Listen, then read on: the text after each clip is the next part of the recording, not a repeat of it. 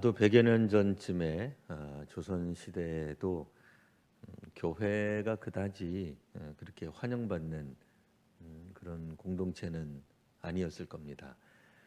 사실 복음이 들어가는 곳곳마다 뭐 예수 공동체 혹은 교회 혹은 기독교가 처음부터 환영받았던 적은 없습니다. 하지만 세월이 어느 정도 흘러가는 동안 교회는 혹은 기독교는 그 사회에 그 민족과 혹은 국가와 문화 속에 어느 정도 정착하기 마련인데 오늘날처럼 한국 교회가 갑자기 집중적으로 언론의 포화를 당하는 일은 흔치 않은 일이라고 생각됩니다. 전 세계적으로 지금과 같은 어려움이 있는 가운데 여하튼 사람들이 이런 질문들을 많이 합니다. 너희 종교는 왜 그러냐? 너희 종교는 사랑인데 왜 너희만 알고 너희만 그렇게 이렇게 모이려고 애를 쓰느냐? 오늘 성경에 있는 것처럼 예수님 당신이라면 고쳤을 것 같은데 당신 제자들은 그다지 신통치 않은 것 같다. 기독교는 좋은 것 같은데 이 땅의 교회들은 잘 못 해내는 것 같다. 오늘 설교의 제목처럼 당신 제자들은 못 해냅니다. 그러니까 왜 이럽니까? 라고 말하는 이 성경 시대의 사람들하고 비슷한 모습을 보여줍니다. 성경에서는 예수님이 세 명의 제자들과 함께 잠시 어디로 가셨다가 이제 마가복음에는 명확하게 지금 오늘 우리가 읽은 성경에는 어디 가셨는지 잠깐 부재 중이셨죠. 나머지 제자들에게 사람들이 이제 모여서 무슨 논쟁을 벌이는 장면이 나옵니다. 예수께서 당도하시고 그 논쟁이 뭐냐 이렇게 물어보실 때에 귀신 들린 내 아들을 데리고 왔는데 당신 제자들이 능히 내쫓지 못하고 있습니다. 당신에 관한 소문을 들어보면 당신이라면 이걸 할 줄 알고 기도하고 왔는데 못하고 있습니다. 라고 말하고 있는 겁니다. 그러니 이 아버지가 하는 이야기는 한마디로 약간은 조금은 불평하는 겁니다. 뭐 실망한 겁니다. 또 좌절한 모습을 가지고 있습니다. 그래도 자기 아들의 이 귀신 들림 현상을 고쳐줄 이가 다름 아니라 예수님 혹은 예수님의 제자들이라고 이제 생각을 했는데 그 기대가 완전히 무너져 내린 겁니다. 그러니까 예수님 보자마자 혹은 보기 전에는 논쟁을 벌였고 성경에 보시면 더불어 변론하고 있더라. 사실은 논쟁하고 있는 거예요. 말다툼하고 있는 겁니다. 뭐 제자들이 이 말다툼했다고 해서 1대1 혹은 뭐 저쪽이 10이면 우리도 10 그런 것 같지는 않아요. 이쪽에서 공세를 펼치는데 제자들이 능히 답을 제대로 해냈겠는가 그런 거는 아닐 것 같아요. 그러니까 공과 수비가 뭐 막상막하에 비등한 어떤 그런 전력으로 했다기보다는 논쟁과 말다툼 속에서 사실은 일방적으로 주의 제자들이 수세에 몰리지 않았을까 생각을 해봅니다. 이제 그도 그럴 것이 예수님이 이미 예수님의 제자들에게 귀신 쫓는 권세를 주셨기 때문에 그렇습니다. 이미 주의 제자들 가운데 귀신을 쫓아낸 경험들이 다수 있었을 겁니다. 어찌된 일인지 오늘 본문에서는 영 신통치 않은 거예요. 이게 잘 안 되는 거예요. 다른 때처럼 귀신을 쫓아내고 뭐 의기양양하던 아니면 내가 귀신을 쫓아내려고 했더니 뭐 나갑디다 뭐 그런 말 하면은 참 기분 좋았을 텐데 성경에 없는 얘기입니다만 9명이 한 명씩 돌아가면서 해봤겠죠. 나중에는 하다 한다 둘이 2인 1조로 해봤겠죠. 이거 안 되겠다. 3명이 해야 되겠다. 그래도 안 됐겠죠. 나중에는 9명이 다 달려들어 성경이 없어요. 없는데 이제 상상해보는 거예요. 다 안 되는 거예요. 그러니까 변론을 하고 논쟁을 벌이는데 이 논쟁이 이 변론이 뭐 50대 50의 전력으로 서로 비등하게 논쟁을 벌였겠어요? 말싸움 했겠어요? 아니에요. 아마 일방적으로 제자들이 혹독하게 논쟁을 벌이는 가운데 겨우겨우 무슨 변명이라도, 그 변명하면 변명할수록 일이 꼬였을 수도 있어요. 하나님 나라가 뭐냐? 예수가 전한 하나님 나라는 귀신이 쫓겨나가는 거라는데 지금 너희들은 뭐 하는 거냐? 너희들은 예수의 제자들 맞냐? 예수와 함께 말한 거 맞냐? 등등 오만 가지 비난을 받지 않았을까 생각을 해봅니다. 여하튼 이 귀신 들린 아이를 가진 아버지 입장에서는 그래도 기대를 가지고 왔는데 그 땅에 예수님의 제자들, 첫 번째 제자들이 이건 아무런 능력도 보여주지 못하고 속수무책 아무 일도 해결하지 못하는 모습, 어쩌면 지금의 우리 한국에 있는 교회들의 모습처럼 보였을 것 같습니다. 자, 이제 예수께서 말씀하십니다. 19절 말씀 우리 같이 한번 보실까요? 19절 같이 한번 읽어봅니다. 대답하여 이르시되 믿음이 없는 세대여, 내가 얼마나 너희와 함께 있으며 얼마나 너희에게 참으리요, 그를 내게로 데려오라 하시매. 믿음이 없는 세대여. 사실 오늘 본문 읽다가 보면 은근히 믿음에 관한 단어가 몇 번 나옵니다. 이 짧은 본문 가운데서 지금 이 이야기의 어떤 그런 핵심, 중심되는 주제 중에 하나가 믿음이겠구나라고 생각할 수 있을 만큼 믿음이라고 하는 단어가 여러 차례 나옵니다. 자, 이 믿음이 없는 세대여, 누구를 가리켜 하신 말씀일까요? 첫 번째는 예수님의 이야기를 듣는 모든 사람들일 수도 있겠고요. 두 번째는 주의 제자들이 될 수도 있습니다. 어디가 되었든지 간에 지금 예수님이 보시기에 이 세대들은 믿음이 없는 세대다라고 말씀하고 계시는 겁니다. 지금 이 믿음이 없기 때문에 뭔가 역사가 안 일어나고 있다라고 하는 얘기입니다. 자, 그렇지 않아도 예수님은 이제 그의 아버지에게 묻습니다. 언제부터 이런 일이 일어났습니까? 21절 보시면 우리 아이가 어릴 때부터 이런 일이 일어났습니다. 사실 믿음 없을 만하죠. 하나님이 살아계시다면 꼭 예수님이 선포한 하나님 나라 그 이전부터 그는 자녀를 키웠을 겁니다. 이 아이가 3살은 아닐 것 같아요. 조금 더 장성했을 거라고 우리가 상상해 본다면 유대인으로서 그 아버지도 구약을 알고 있고 구약 성경을 알고 있고 유대인들이 알고 있는 여호와 하나님에 대해 충분히 알고 있는데 하나님이 계시다면 왜 우리 아들이 귀신이 들렸을까? 자기 삶에 대해서 많이 생각도 해봤겠죠. 내가 뭔가 잘못한 게 있을까? 이거 내 탓일까? 부모님들이 종종 그런 거 하잖아요. 어쨌든 누군가가 잘못을 어떤 일이 일어나면은 한 사람 꼭 붙잡아내야 되잖아요. 세상이 잘못됐던, 사회 구조가 잘못됐던, 혹은 누군가가 우리를 악하게 대해서 우리가 핍박받아서 환난받아서 혹은 착취당해서 그렇든 뭔가가 나와야 되잖아요.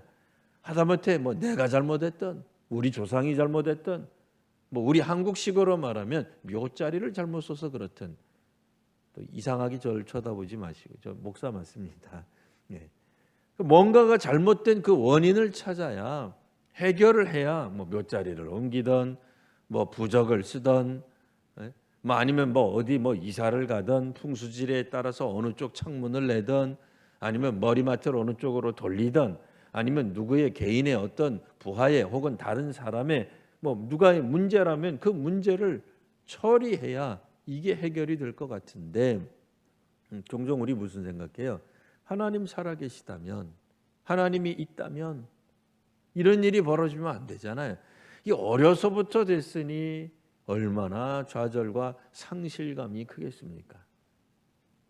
그러니까 이 아버지 같은 경우에도 예수님과의 대화 속에서 그게 나타나요. 예수님에게 말합니다. 당신은 혹시 할 수 있습니까? 당신이라면 근데 그 기대가 절대적 기대라고 보기 어려워요. 예수님이 말씀하시기에 할 수 있거든은 무슨 말이냐? 믿으면 믿는 자에게는 능치 못할 일이 없다. 그 말을 듣자마자 이 사람이 뭐라고 응답해요? 내가 믿나이다. 나의 믿음 없는 것을 도와주소서. 지금까지 자기 믿음이 없었다는 얘기하고 있잖아요.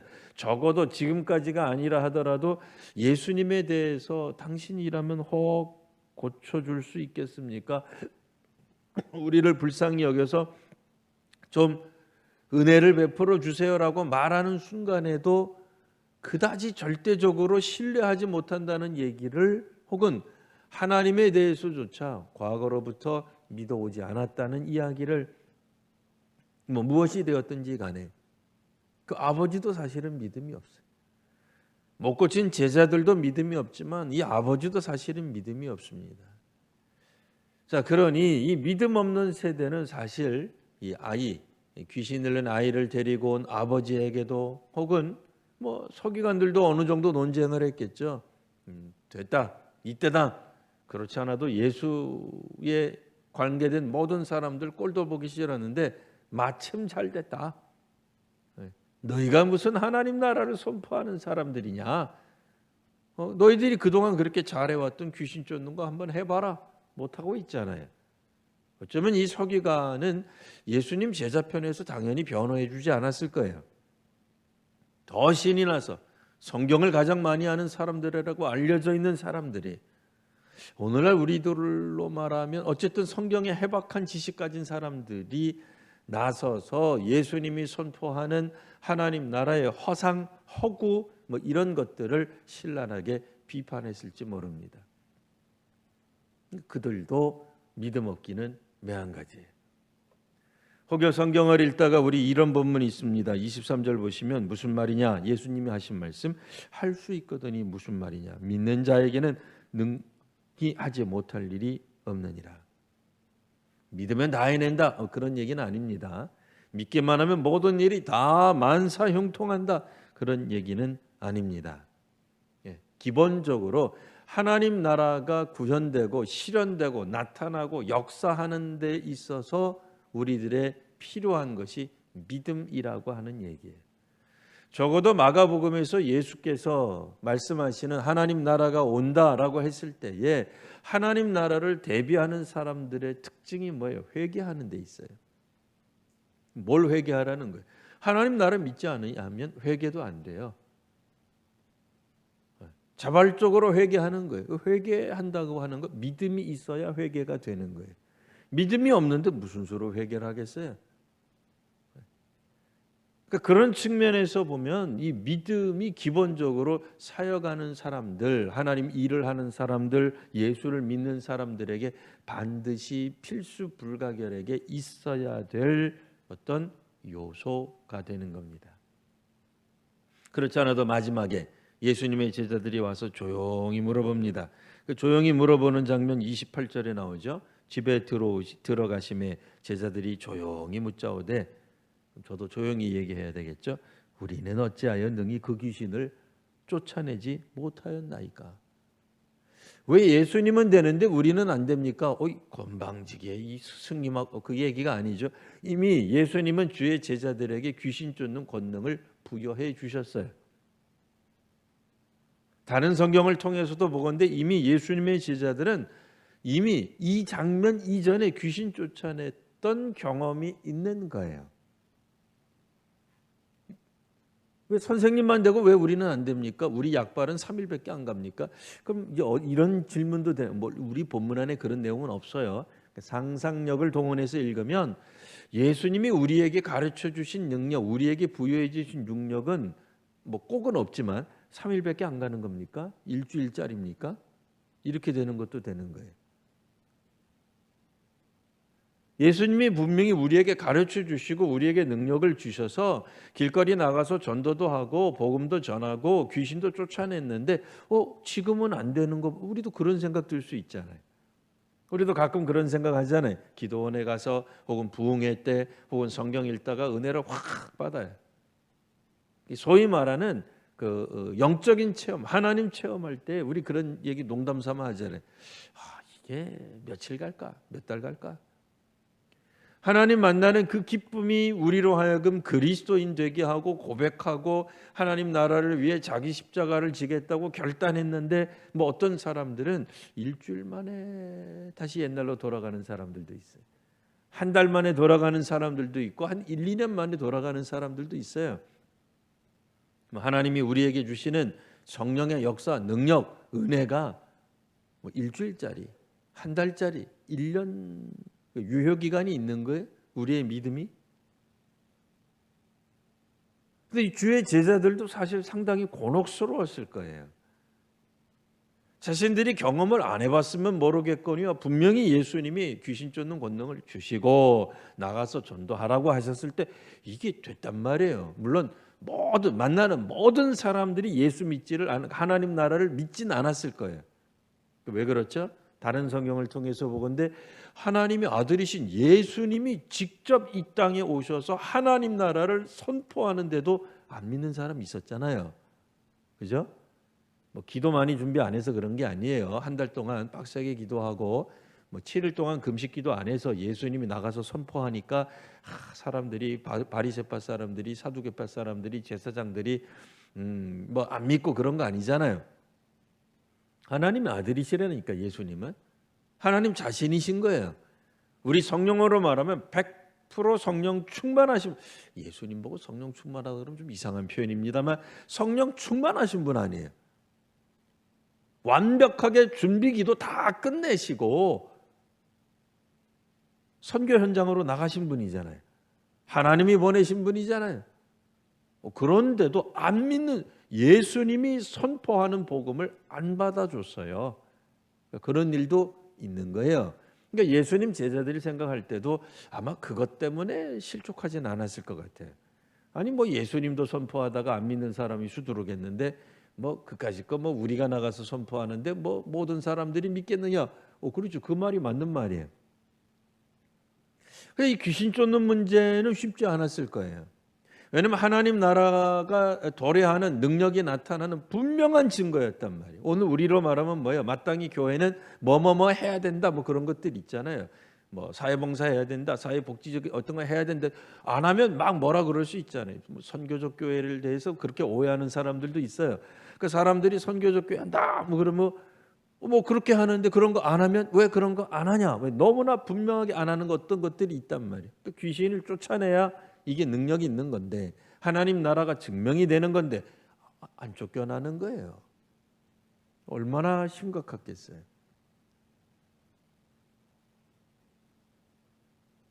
뭐 집회할 때마다 뭐 하늘문이 열리는 게 막 보여야 되잖아요.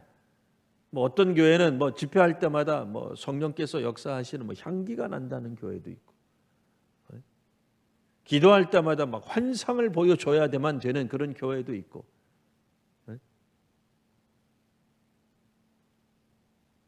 뭐 어떤 교회는 수요 예배 2번 드리고, 새벽 기도도 뭐 2번 드려야 되고, 하루 종일 교회가 막 북적북적 돼야 막 이게 막 성령이 막 역사하는 뭐 그렇게 우리가 평가하기도 한단 말이에요. 지금 한국 교회는 뭐 모든 교회가 다 그런 건 아닙니다만 모든 것들이 멈춰진 교회들이 있어요. 지금은 성령께서 역사 안 하시는 건가요? 하나님이 우리 한국 교회를 떠나신 건가요? 혹은 우리가 하나님을 떠난 건가요? 예전에 한 2주면 될 줄 알았는데 또다시 정부에서는 또다시 15일 다시 또 얘기해요. 그러다 보면 한 달이 돼버렸어요.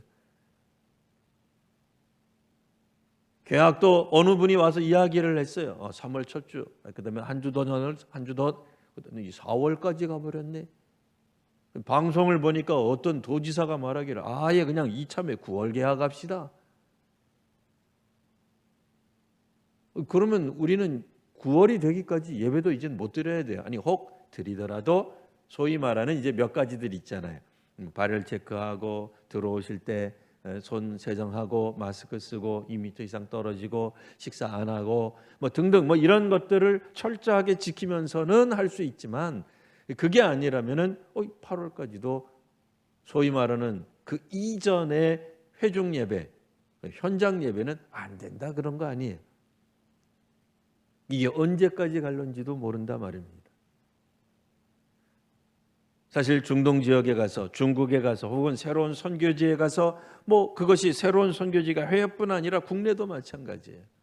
복음을 증언할 때에 아무리 목회자가 혹은 성도님들이 예수 믿고 그 뜨거운 심정을 가족들에게 전도하려고 해도 우리 자녀들에게 전도하려고 해도 얘네들이 안 믿어요.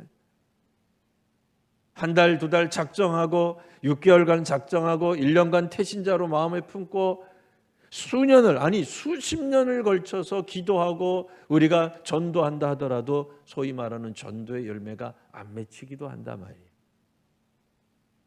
주의 제자들처럼 우리가 이런 고민할 수 있습니다. 왜 우리가 할 때는 그 귀신이 쫓겨나지 않습니까? 왜 우리는 못합니까? 주께서 답을 하십니다. 기도 외에 다른 것으로는 이런 종류가 나아갈 수 없다. 주의 제자들도 기도했을 텐데요. 귀신 쫓기 전에 기도했을 텐데요. 뭐 자기네들 권능과 능력으로 귀신을 쫓아낸다고 했을까요? 예수님이 그렇게 가르쳤을까요? 아니에요. 그렇게 가르치지 않으셨을 거예요. 기도하고 겸손하게 귀신을 쫓아라 그렇게 말씀하셨을 거예요. 왜 안 되느냐? 예수님 답변 우리 흔히 다 알고 있는 기도하라 그 얘기잖아요. 다른 말로 바꾸면 오늘의 주제 믿음이 있어야 된다라고 하는 얘기예요. 당장 눈앞에 어떤 일이 일어나지 않아도 능력이 나타나지 않아도 홍해가 갈라지지 않아도 사실은 믿음이 있어야 됩니다.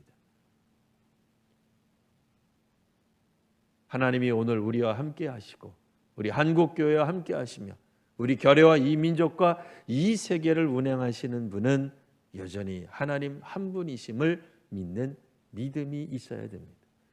우리가 원하는 어떤 현상이 당장 나타나지 않는다고 해서 실망하고 절망하고 낙담해서는 안 됩니다. 서기관은 이때다 싶어서 주의 공동체들을 비난했을 겁니다. 사실 주의 공동체, 주의 제자들 입장에서는 난감했을 겁니다.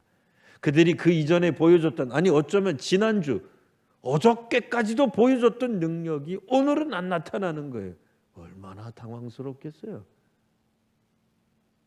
차라리 주의 제자들 가운데서 그런 어떤 현상들이 귀신이 안 쫓겨나가네. 형 한번 해봐. 나도 안 되는데. 뭐 그런 거 해봤을 거 아니에요. 12명 중에 3명 빼놓고 형 해봐. 동생 자네가 해보게. 나도 안 되는데.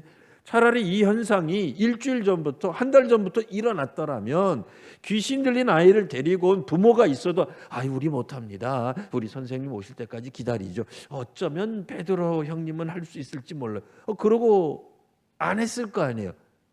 그러니까 상상력을 동원해서 보면 어저께까지도 된 거예요. 이게 귀신 쫓는 게 어저께도 된 거예요. 근데 오늘 안 되는 거예요. 그러니까 주의 제자들이 얼마나 당황스러워요. 아마 며칠씩 했을 거예요. 왜? 이게 만일 변화산 이후에 일어난 일이라면 아마 뭐 하루 이틀 뭐 좀 지났을 거다 말이에요. 얼마나 당황스러웠겠어요. 하루 종일에도 귀신이 안 쫓겨나는 거예요. 자괴감도 빠질 거예요. 내가 과연 예수의 제자 맞나? 다른 사람들이 비난하기 이전에 스스로 자괴감이 빠져요. 코로나 사태 이후에 한국교회, 특별히 그리스도인들이 자괴감에 빠지는 경우가 많습니다. 우리가 믿어왔던 것들이 과연 옳은 것이었을까? 우리 기독교는 바로 옳은 방향으로 나아가고 있는 것일까?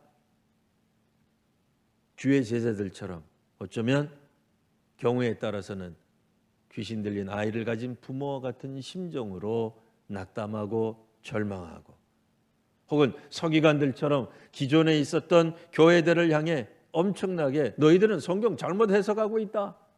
그렇게 퍼부어 줄 수도 있을 겁니다.